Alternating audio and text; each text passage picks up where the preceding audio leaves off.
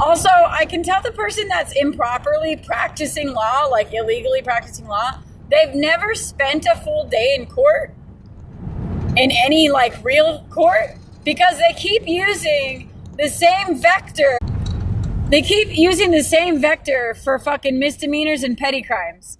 Like, they're not using a formal court, like, they're not using any formal court paperwork.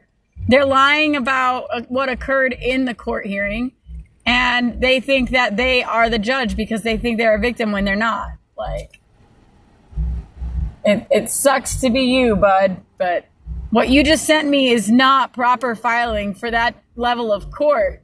That's not a ruling. That's not a finding. Like, we all know who's like what, like, that's not a ruling or a finding. What you just sent me is misdemeanor city court shit. That's not how eviction rulings look, by the way. Oh, how does she know? Because I've had fraud committed against me before by people illegally evicting me. You think that you're the first person to try and unlawfully evict somebody after being a slumlord?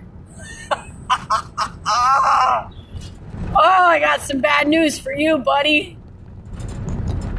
Third time's a charm? No, third strike, you're fucking out. And it ain't me that's out, so figure it out, because that's 3 really big lawsuits. Especially with how negatively that affected my family cases and my appearance and my credit. And then on top of that, the amount of identity theft that came from you illegally trying to evict me from the addresses that were protected by the superior courts for me. Like, that's considered retaliation against me, particularly when you have a history of committing crimes against me, or somebody in, like, say your son has a history of assaulting me, and you're like, well, my company's not going to let him get in trouble for your crazy hubbubaloo. And I make the link because you were giving him a fake name to fuck around and find out with.